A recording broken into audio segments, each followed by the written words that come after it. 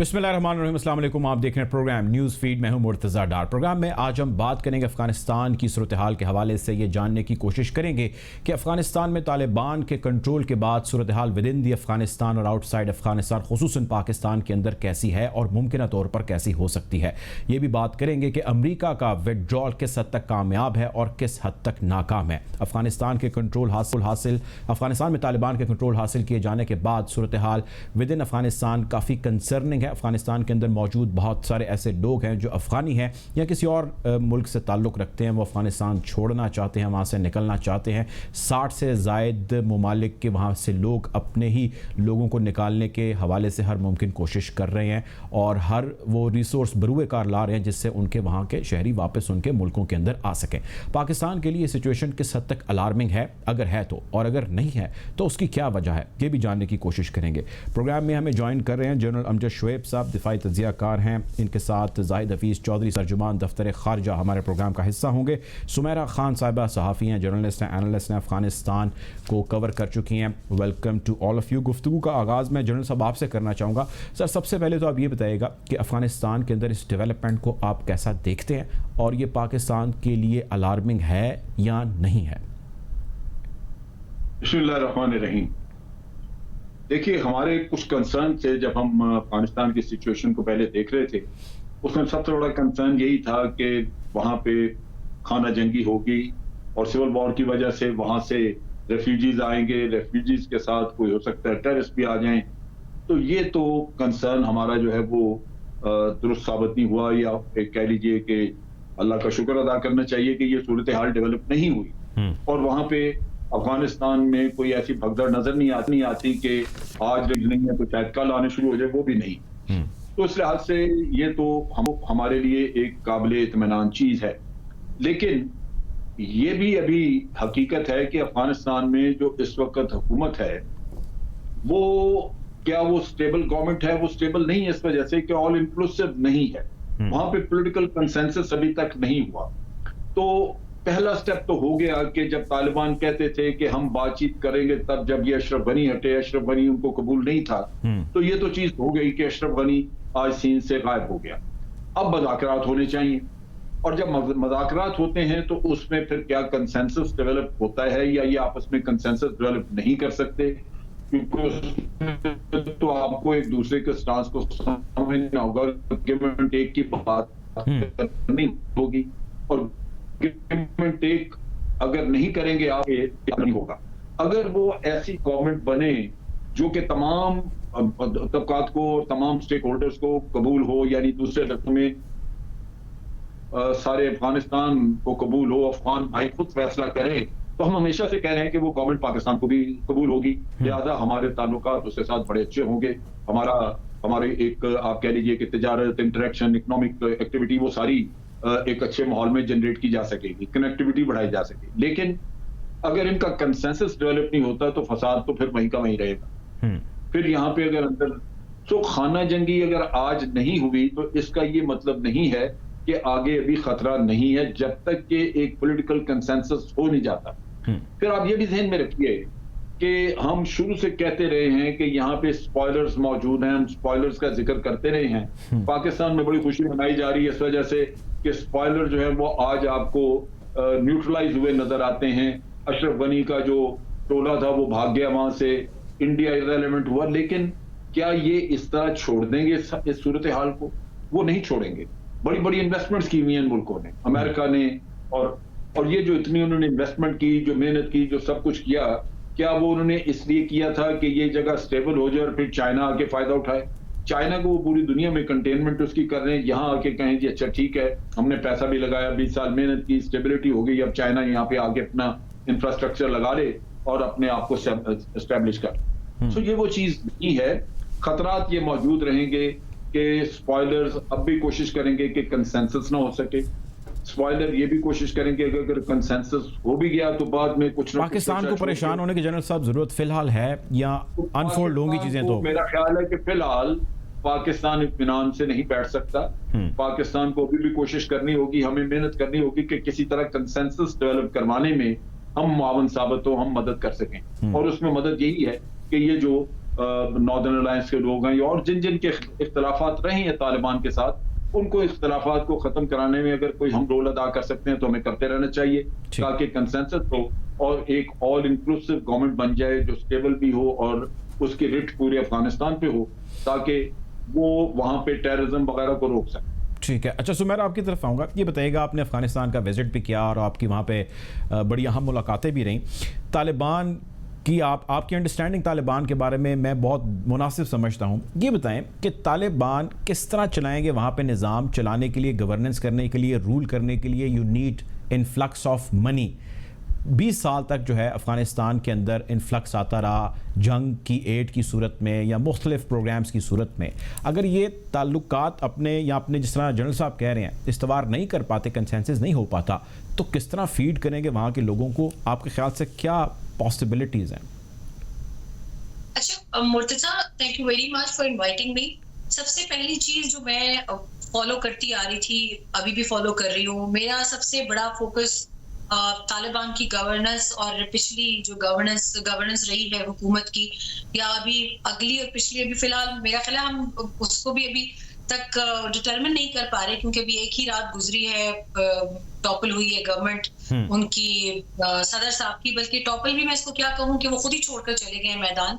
एक मुज़ाकरात का दौर अभी शुरू ही हुआ था अर्ग में, और फिर पता चला कि अर्ग पैलेस में जितने भी यूरोपियन फंडेड या अमेरिकन फंडेड या यूके फंडेड जितने भी उनके लोग थे वो भी जा चुके हैं सदर से पहले। तो सूरत हाल भी वाज़ेह रही थी और मुज़ाकरात का राउंड अभी मुकम्मल भी नहीं हुआ था कि वो चले गए, अपने मुल्क से ही चले गए।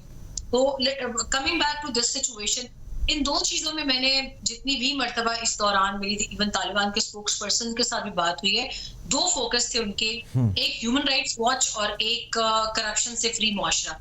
हमेशा उन्होंने हर बात में ये दो चीजें बहुत बार दोहराई हैं कि अफगानिस्तान में जितना पैसा अमेरिका ने लगाया, अगर इवन वो भी सही तरीके से इन्फिल्ट्रेट हुआ होता मैसेज तक, तो उस हिसाब से अफगानिस्तान में, या लेट अलोन अफगानिस्तान, सिर्फ काबुल की बात कर लें, काबुल में एक भी भिखारी नजर नहीं आना चाहिए था उस हिसाब से। तो क्या हम जब आते हैं तो इंटरनेशनल कम्युनिटी को पिछला काबुल, पिछला अफगानिस्तान सिर्फ बड़ी बड़ी बिल्डिंग्स देखकर ये नहीं सोचना चाहिए कि अफगानिस्तान में बड़ी बड़ी बिल्डिंग्स अमेरिकी बना गई या फॉरेन फोर्सेस बना गई। कागज के हिसाब से अगर आप चलेंगे तो आपको पता चलेगा कि इवन तालिबान के आने से पहले भी बहुत एक करप्ट मुआशरा था अफगानिस्तान में, और सरकारी ओहदों पर बैठे हुए लोगों की जानिब से हमेशा एक बड़ा एक मनी अब्यूज किया गया है। Money that was aimed at spending for the betterment of Afghan message, वो बहुत से लोगों की जेबों में गया है। तो अभी तो हम आकर वी विल इनकम्पास एवरीथिंग, हम मैपिंग करेंगे कि अभी जैसे खबरें चल रही हैं कि अशरफ गनी साहब 3 गाड़ियां भरी हुई उनकी एयरपोर्ट तक आ गई थी, जिसमें डॉलर्स ही डॉलर्स भरे हुए थे, लेकिन वो ले जा नहीं सके उसको for some reason, I don't know. ये खबरें जो सोशल मीडिया पर चल रही है, और उनके करीबी जराये ने कंफर्म भी किया है कि एक अच्छा खासा जो अमाउंट था वो वापस कब्जे में आया है मिनिस्ट्री ऑफ फाइनेंस की। तो उनका अभी पहला जो है वो सिलसिला कि वो करप्शन की पहले वो सारी कैश बुक्स मेंटेन करेंगे, कहां पर कितना लगा है, कितना लग चुका है, कितना लगेगा, अभी बैंक्स में कितना रिजर्व पड़ा हुआ है। प्लस उन्होंने अभी तक जो इनकम्बेंट सिस्टम था, सेटअप था, मां सिवाय सिक्योरिटी की, security of the city, let's say Kabul, उन्होंने बाकी चीजें नहीं छेड़ी। कस्टम्स हैं, पोर्ट्स हैं, जो कि मेजर एक इनकम रेवेन्यू जनरेशन का जरिया है अफगानिस्तान का, क्योंकि उनके पास किसी किस्म का कोई समंदर नहीं है, लैंडलॉक्ड कंट्री है। तो उनके पास दूसरे मुल्कों से आने वाला जो रेवेन्यू है वो ड्राई पोर्ट्स के जरिए आता है। जिस तरह तखार ड्राई पोर्ट था, उसकी सारी इनकम जनरल अतानूर के पास बहुत अरसा जाती रही है, साल हर साल उन्होंने उसको उस सारी इनकम का कभी हिसाब नहीं दिया अफगानिस्तान। तो उनकी दो सूरत हाल है, एक उनके अंडर कोई ह्यूमन राइट्स वायलेशन ना आए, गो के जो उनके अपने कुछ इश्यूज रिपोर्ट हुए हैं उन्होंने उसके ऊपर इन्वेस्टिगेशंस करने के इंस्ट्रक्शंस दिए हैं, और दूसरा आज सुहेल शाहीन का स्टेटमेंट इस हवाले से है कि हमारी जानिब से आम माफी है लोगों के लिए। वो सब लोग जो किसी भी तरीके से फॉरेन फोर्सेस के साथ एसोसिएटेड रहे हैं, वो कहते हैं हमने पहले भी कहा है, अब भी कह रहे हैं, ना हम किसी के घरों में घुस रहे हैं, तो आप लोग अफगानिस्तान में रहें, रश की सूरत क्रिएट ना करें। Specially he was referring to the incident at airport, जिसमें शायद अमेरिकन फोर्सेस ने डायरेक्ट फायरिंग भी करके 5 लोगों के जान से जाने की इतलात है। तो that was very unforeseen and unfortunate. तो देखना ये है कि बिल्कुल ठीक है, आगे मैं इसकी तरफ आता हूँ, पर- मैं उसकी तरफ आता हूँ, लेकिन पहले मैं चाह रहा हूँ थोड़ा सरेंडर को हम थोड़ा समझ लें। टेक्निकल चीज़ें जनरल साहब से बेहतर ज़ाहिर है इसका आंसर कोई नहीं दे पाएगा। जनरल साहब 20 साल तक यहाँ पे जंग रही और पैसा आता रहा, यहाँ की फोर्सेस को ट्रेन भी किया जाता रहा टू फाइट अगेंस्ट तालिबान या जितने भी ऐसे ग्रुप्स थे या दहशतगर्द, उनको जो भी ये कहते रहे हैं। अब 3.5 लाख 3 लाख के करीब अफगान फोर्सेज हैं और इक्विप्ड हैं, ट्रेंड हैं। 75,000 80,000 90,000 या लगभग लाख के करीब ये तालिबान फाइटर के आगे क्यों सरेंडर कर गए?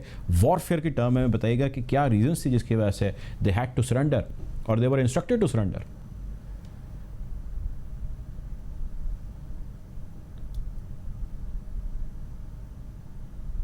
जी जनरल साहब, मुझे सुन पा रहे हैं? यहाँ 2-3 फैक्टर्स हैं। जी प्लीज। जी, मेरी आवाज आ रही है आपको? जी जी प्लीज कंटिन्यू कीजिए। देखिए, 2-3 फैक्टर्स हैं। एक तो ये कि ये पूरा माशरा या पूरा आप कह लीजिए कि स्ट्रक्चर जो अमेरिकन ने डेवलप किया अशरफ गनी की सदारत में, ये पूरा करप्ट सिस्टम था जिससे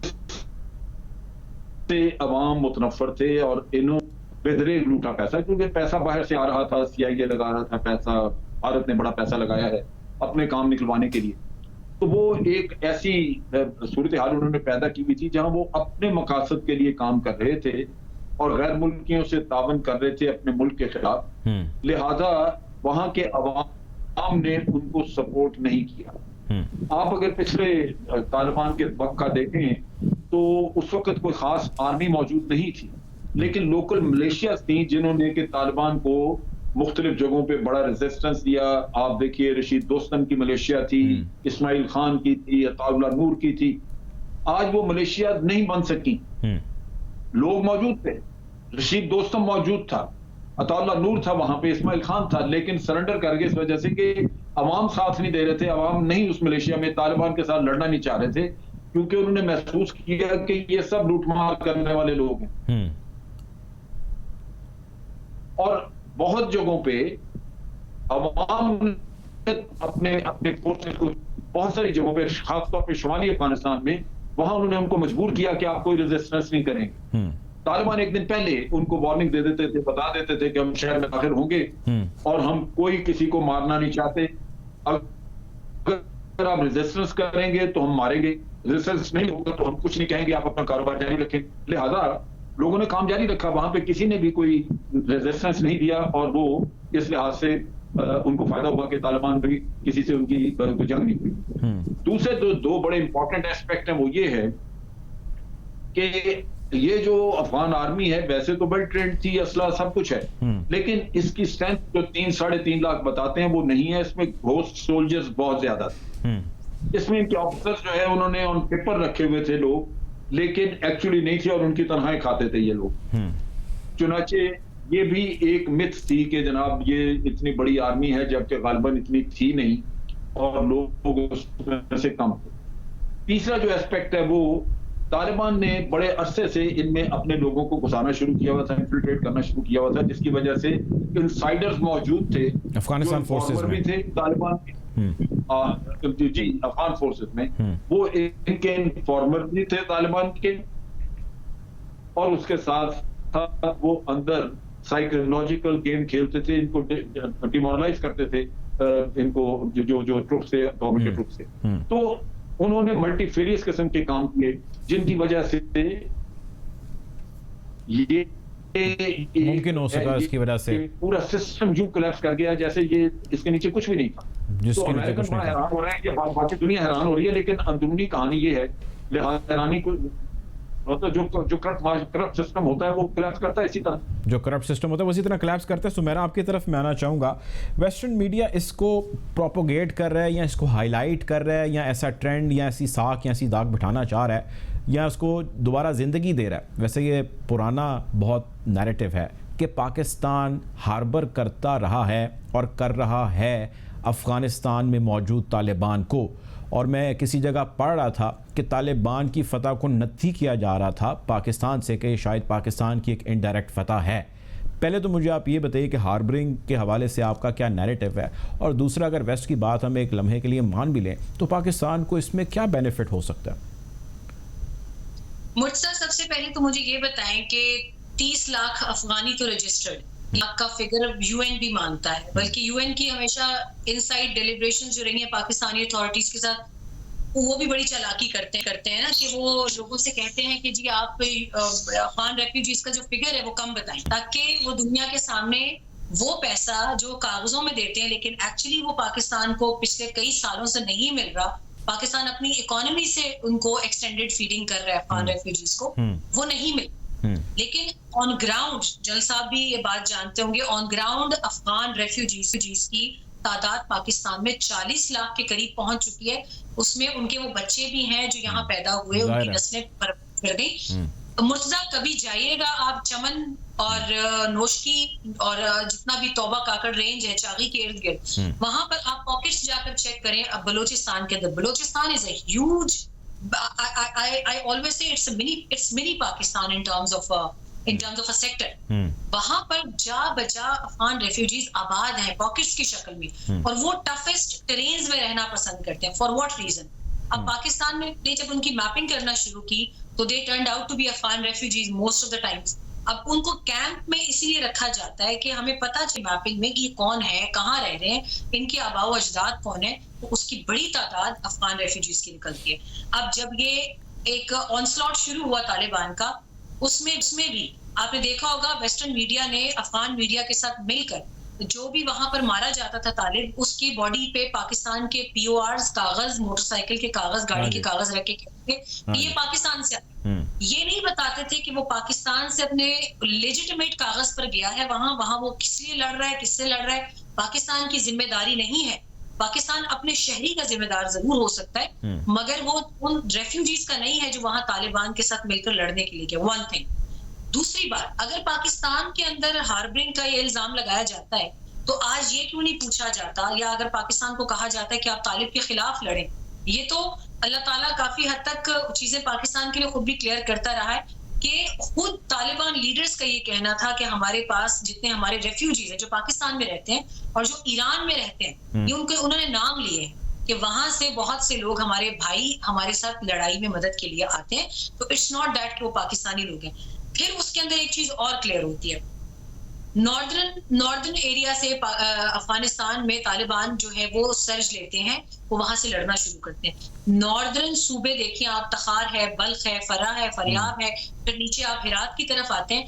हिरात और इन तमाम सूबों का फिर ऊपर से जब आप आए, जो चतराल की और हमारी इनकी बदख्शां के साथ बाउंड्री लगती है, आप उस एरिया को एक मतलब मैप पे देखें और पाकिस्तान को देखें कि पाकिस्तान कहाँ है। हजारों किलोमीटर दूर है पाकिस्तान उनसे। तो ऐसी कौन सी गायबाना ताकत थी कि जिसके जरिए Pakistan all the way north में जाके तालिबान को दुम्बे भी सप्लाई करता रहा है, असला भी सप्लाई करता रहा है, एंड कंपेयरिंग टू दैट इतना ह्यूज कैश ऑफ एमओ और उसका निकला है गन्स का और ड्रोन्स का सिर्फ हिरात से under the surveillance of Ismail Khan. क्या पाकिस्तान अकेला नेबर है अफगानिस्तान का? तुर्कमानिस्तान, ताजिकिस्तान, उज्बेकिस्तान और ईरान, इनके नाम कौन लेगा? या इस यहाँ से उनको कभी कोई सपोर्ट नहीं मिला? अभी जो 1500 के करीब फौजी उनका गया है, पाकिस्तान भी आए हैं रिफ्यूज लेने, लेकिन फौजियों ने एक बड़ी तादाद में एडवांस उनकी गाड़ियां, असलहा लेकर, टैंकों समेत, हमवी समेत, एमरान समेत, वो ईरान के बॉर्डर्स क्रॉस करके नहीं गए। तो थिंग इज दिस कि इंटरनेशनल कम्युनिटी को बहुत अच्छी तरह पता है, खासतौर पे वेस्टर्न मीडिया।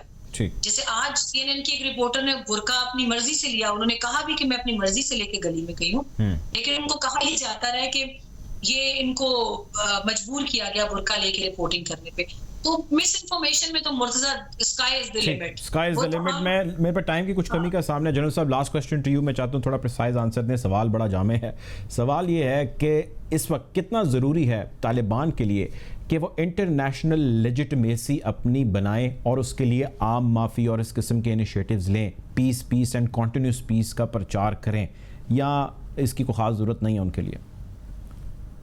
नहीं, इंटरनेशनल एक्सेप्टेबिलिटी तो उनको बिल्कुल चाहिए, क्योंकि अफगानिस्तान बुरे हाल में है, वहां पे डेवलपमेंट वर्क्स होने हैं, लोग तो तभी राजी होंगे, मुतमईन होंगे अगर वहां पे कोई रोजगार होगा। इकोनॉमी तो उनकी तबाह हाल है, और वो तब होगा जब वहां पे इंटरनेशनल कम्युनिटी आके कुछ करना चाहे। दूसरी बात ये है कि तालिबान जो उन्होंने रवैया रखा है आम माफी का, ये चीजें ये उस लिहाज से भी उनके लिए मुफीद हैं कि अगर ये लोगों की गर्दनें उतारते तो क्या लोग उनको इस तरह रहने देते? फिर वहां पे दुश्मनी बनती, फिर वहां पे फसाद बनता। तो अमन का रास्ता तो वो नहीं है। अमन का रास्ता यही है कि आप सबको ये यकीन दहानी करें कि हम किसी से कोई इंतकाम नहीं लेना चाहते, ना किसी को मारना चाहते हैं। आप अपना काम करें, कारोबार करें और हमारे साथ तावन करें। तो मेरा ख्याल है कि उन्होंने बहुत कुछ सीखा, रास्ता जो उन्होंने अडॉप्ट किया है। इसी वजह से आज अफगानिस्तान में आपको रेफ्यूजी जाते हुए नजर नहीं आए, वरना हमारी सरहदों पे लोग खड़े होते अगर वहां पे तालिबान ने लोगों को मारना शुरू किया होता। बिल्कुल ठीक तो है। ये एक अच्छा रास्ता उन्होंने इख्तियार किया, जिससे उनको खुद फायदा पहुंच रहा है कि मुल्क में अमन है और उनकी एक्सेप्टेबिलिटी कंट्री अपने मुल्क में बेहतर है। अभी काम करेंगे, राइट्स के ग्रुप उनसे मुज़ाकरात वगैरह करेंगे और इंटरनेशनल एक्सेप्टेबिलिटी उनको मिल जाएगी जब वो ह्यूमन राइट्स और खवातीन के हकूक वगैरह के मामले में यकीन दहानियां कराएंगे। बिल्कुल ठीक है, बिल्कुल इंटरनेशनल लेजिटिमेसी मिल जाएगी। बहुत शुक्रिया। जनरल अमजद शुएब साहब हमारे साथ मौजूद, हैना खान साहबा मौजूद थी। प्रोग्राम के बाद हमें ज्वाइन करेंगे तर्जुमान दफ्तर खारजा जाहिद हफीज साहब। इस ब्रेक के बाद हमारे साथ रहेगा। Take a break.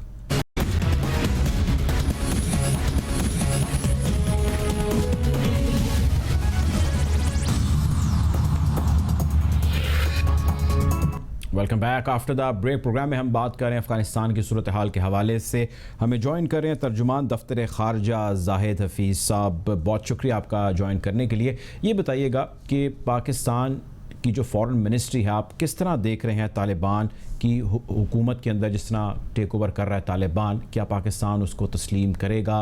जिस तरह हमने चाइना की जानिब से पार्शल जो है वो एक्सेप्टेंस देखी, क्या प्लान है आप लोगों का?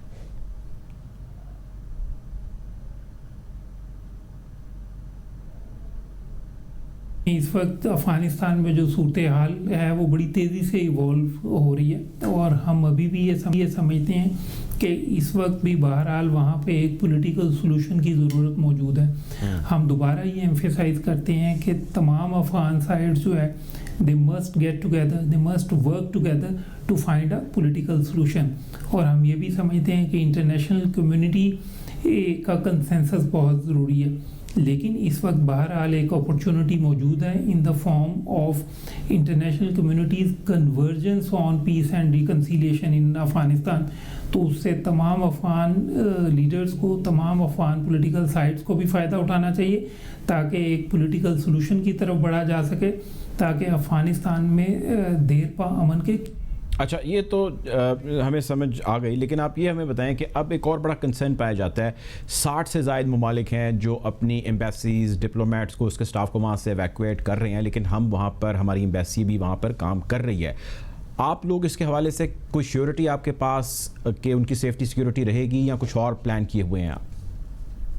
जी देखें, पाकिस्तान का सफारतखाना जो काबुल में है वो आज भी ओपन है और ऑपरेशनल है। उसमें जो पाकिस्तानी हैं अफ़गानिस्तान में, उन्हें भी हर मुमकिन मदद फराहम की जा रही है। उन्हें पाकिस्तान वापस लाने के लिए जो ज़रूरी इक़दाम है वो किए जा रहे हैं। PIA ने एडिशनल फ़्लाइट्स ऑपरेट कर रहे हैं पाकिस्तानियों को वापस लाने के लिए। उसके अलावा हम इस वक्त एक इंटरनेशनल कम्युनिटी को भी सपोर्ट प्रोवाइड कर रहे हैं। जो वहाँ पे डिप्लोमेटिक मिशन के पर्सनल हैं वो, या इंटरनेशनल ऑर्गेनाइजेशंस के एम्प्लॉयज़ हैं, या मीडिया पर्सनल हैं, उनकी टेम्प्रेरी रीलोकेशन जो है उसके लिए भी इस सिलसिले में, बल्कि मैं आपसे शेयर करूं कि पाकिस्तान में मिनिस्ट्री ऑफ इंटीरियर में एक special inter ministerial cell create किया गया है फैसिलिटेशन के लिए। वो ऑन अराइवल वीज़ा भी अरेंज करता है और बाकी जो अराइवल रिलेटेड इश्यूज़ हैं उन पर काम करने के लिए। तो इस वक्त हम ये समझते हैं कि जो भी मुमकिन मदद है वो हम फराहम कर रहे हैं। पाकिस्तान के जो शहरी अफ़गानिस्तान में इस वक्त मौजूद हैं, अगर उन्हें किसी भी किस्म की असिस्टेंस चाहिए, वहाँ पे पाकिस्तानी सफारत खाने से रब्ता करें। उसमें हमने टेलीफोन नंबर्स शेयर किए हैं डिप्लोमेटिक स्टाफ के, हमने अपने एम्बेसडर का मोबाइल फ़ोन नंबर शेयर किया है। तो जो भी असिस्टेंस रिक्वायर्ड है उसके लिए पाकिस्तानी सफारत खाना खुला है और हर मुमकिन मदद फराहम करने की कोशिश की जा रही है। ठीक है। अच्छा, अब सर ज़रा आगे बढ़ते हैं। मैं चाहता हूँ कि इसके ऊपर भी एक ऑफिशियल वर्जन भी आना चाहिए। पाकिस्तान के बारे में ख्याल ही किया जाता है, वेस्टर्न मीडिया इसका बार बार जिक्र कर रहा है, प्रचार कर रहा है, प्रोपोगेट कर रहा है। यहाँ वो एक रियलिटी है, वो ये कह रहा है कि तालिबान की अफ़गानिस्तान के अंदर फ़तह एक पाकिस्तान की फ़तह भी तस्वुर की जाती है। अगर ऐसा है तो उसके हवाले से मैं तफसील बताइए। अगर ऐसा नहीं है तो उसके पीछे क्या रीज़न्स हैं, ऐसा क्यों किया जा रहा है? देखें, पाकिस्तान का एक हमेशा से ये मौक़िफ़ रहा है। हम ये समझते थे कि अफ़गानिस्तान में एक पॉलिटिकल सॉल्यूशन की तरफ जाना चाहिए। हम आज भी यही समझते हैं कि अफ़गानिस्तान में बहरहाल एक पॉलिटिकल सॉल्यूशन की ज़रूरत मौजूद है, लेकिन देखें जो Afghan national defence and security forces हैं उनका एक मौक़िफ़ था, वो हमेशा ये समझते थे कि जी ये तालिबान को बाहर से कोई सपोर्ट है। लेकिन जो तालिबान की ये जिस तरह उन्होंने उन इलाकों में आए तो उससे क्लियर हो गया कि उन्होंने तो शुमाल से जो है वो अपना शुरू किया ऑपरेशन, और वो पाकिस्तान की सरहद से बहुत दूर थे।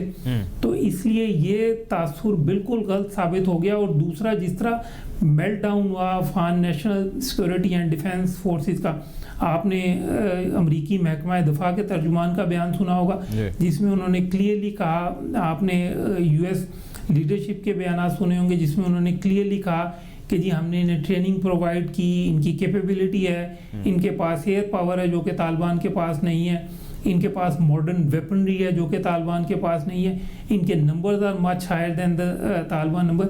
लेकिन देखें बात यह है कि वहाँ पर इंटरनेशनल कम्युनिटी को अफ़गानिस्तान के लोगों को देखना चाहिए कि असल वजूहात क्या हैं ये Afghan national defence and security forces का ये जो मेल्ट डाउन हुआ है, और वहाँ पे जो बाकी गवर्नेंस के इश्यूज़ हैं हम ये समझते हैं कि इस वक्त उन्हें देखने की ज़रूरत है। बहरहाल पाकिस्तान का जो मौक़िफ़ था कि अफ़गानिस्तान में पीस होना चाहिए, देखें पाकिस्तान का हमारा अल्टीमेट ऑब्जेक्टिव क्या है। हम ये समझते हैं कि अफ़गानिस्तान के अवाम ने 4 दिहाइयों से जो वहाँ पर एक सिक्योरिटी सिचुएशन है, कॉन्फ्लिक्ट है, वहाँ पे वॉर की सिचुएशन है, उससे बहुत सफ़र किया है। लेकिन अफ़गानिस्तान के बाद, अफ़गानिस्तान के अवाम के बाद अगर किसी मुल्क ने सबसे ज़्यादा सफ़र किया है सिक्योरिटी सिचुएशन अफ़गानिस्तान की वजह से, कॉन्फ्लिक्ट की वजह से, तो वो पाकिस्तान है। वी सफ़र्ड ओवर 80,000 कैजुअल्टीज़, हमारे $150 बिलियन से ज़्यादा के इकनॉमिक लॉसेज हैं। फिर अफ़गानिस्तान में अगर एक सिक्योरिटी वैक्यूम क्रिएट होता है तो उसका एक इम्पैक्ट होता है पाकिस्तान में सिक्योरिटी सिचुएशन पे। फिर ये कि हमने 4 मिलियन से ज़्यादा अफ़गान रेफ्यूजीज़ को होस्ट किया फॉर ओवर 4 डेकेड्स, और फर्दर सिक्योरिटी सिचुएशन अगर ख़राब होती है और उससे एक further influx of Afghan refugees की सूरत हाल पैदा होती है तो उसके हम मुतहम्मिल नहीं हो सकते। फिर हमारा जो एक विज़न है इस वक्त, इकनॉमिक विज़न है हमारा रीजनल कनेक्टिविटी का, हम सेंट्रल एशिया से जो मिलाना चाहते हैं, चाहे वो रेल कनेक्टिविटी की बात हो, रोड की हो, गैस पाइपलाइन की हो, इलेक्ट्रिसिटी ट्रांसमिशन की हो, तो उन सब के लिए बहरहाल अफ़गानिस्तान के अंदर अमन का क़याम ज़रूरी है।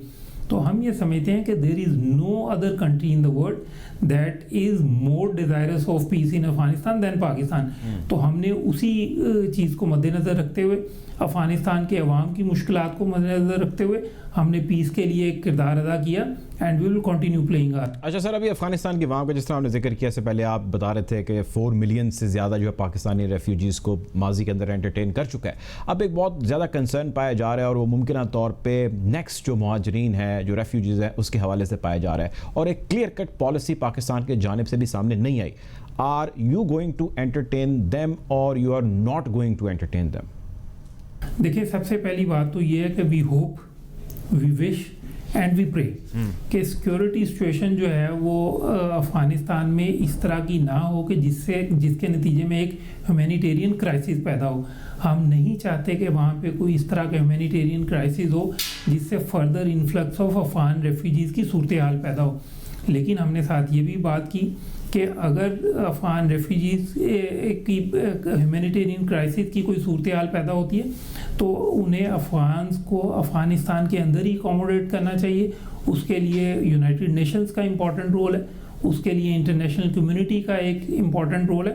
पाकिस्तान ने क्लियरली ये बताया कि हम ये चाहते हैं कि जो अफ़गान रेफ्यूजीज़ पाकिस्तान में हैं, अफ़गानिस्तान में जब सिक्योरिटी सिचुएशन बेहतर होती है वहाँ पे इनका dignified, honourable, time bound manner में रिटर्न पॉसिबल होता है टू देयर होमलैंड। तो इस वक्त तो हमारी दुआ है, हमारी तवक्को है और हम उम्मीद करते हैं कि अफ़गानिस्तान में सिक्योरिटी सिचुएशन इतनी ख़राब ना हो जिससे एक ह्यूमैनिटेरियन क्राइसिस हो जिसकी वजह से कोई further influx of Afghan refugees की सूरत हाल पैदा हो। ठीक है, बहुत शुक्रिया जी। हमारे साथ तर्जुमान दफ्तर खारजा हफीज़ चौधरी साहब मौजूद थे। पाकिस्तान की खारजा पॉलिसी इस वक्त तमाम नज़रें जमाए हुए अफ़गानिस्तान की सूरत हाल के ऊपर और उस बदलती सूरत हाल के अंदर इस वक्त कंसेंसस तमाम स्टेक होल्डर्स का जो अफ़गानिस्तान में होना है, जिसके ऊपर अभी ये बातचीत जारी है, जिसके ऊपर मुख्तलिफ राउंड ऑफ टॉक्स होने हैं, उससे तमाम लोग समेत पाकिस्तान के नज़रें जमाए बैठे हैं। बहुत सारे कंसर्न हैं जो पाए जाते हैं विद इन अफ़गानिस्तान, और उन कंसर्न से जुड़े बहुत सारे कंसर्न हैं जो नेबरिंग कंट्रीज़ में पाए जाते हैं। पाकिस्तान ये चाहता है कि अफ़गानिस्तान के अंदर अमन हो, लेकिन पाकिस्तान के ऊपर जो वेस्टर्न मीडिया की जानिब से खुसूसी तौर पर जो एक प्रोपोगेंडा किया जा रहा है या पाकिस्तान को मेलाइन किया जा रहा है कि पाकिस्तान ने एक लंबा अरसा यहाँ पर हार्बर करता रहा है अफ़गानिस्तान में मौजूद तालिबान को, कंप्लीटली इसको हर फोरम के ऊपर डिनाई किया गया है और इस सवाल के साथ डिनाई किया गया है कि अगर पाकिस्तान ऐसा करता रहा है तो पाकिस्तान को होने वाला फ़ायदा बताइए कि वो क्या है। बहरहाल हम कोशिश करेंगे कि खित्ते की बदलती सूरत हाल के हवाले से हम आपको अपडेट रखें। अब तक के लिए इतना, इंशाल्लाह आपसे मुलाकात होगी। अपना ख्याल रखिएगा। अल्लाह हाफ़िज़।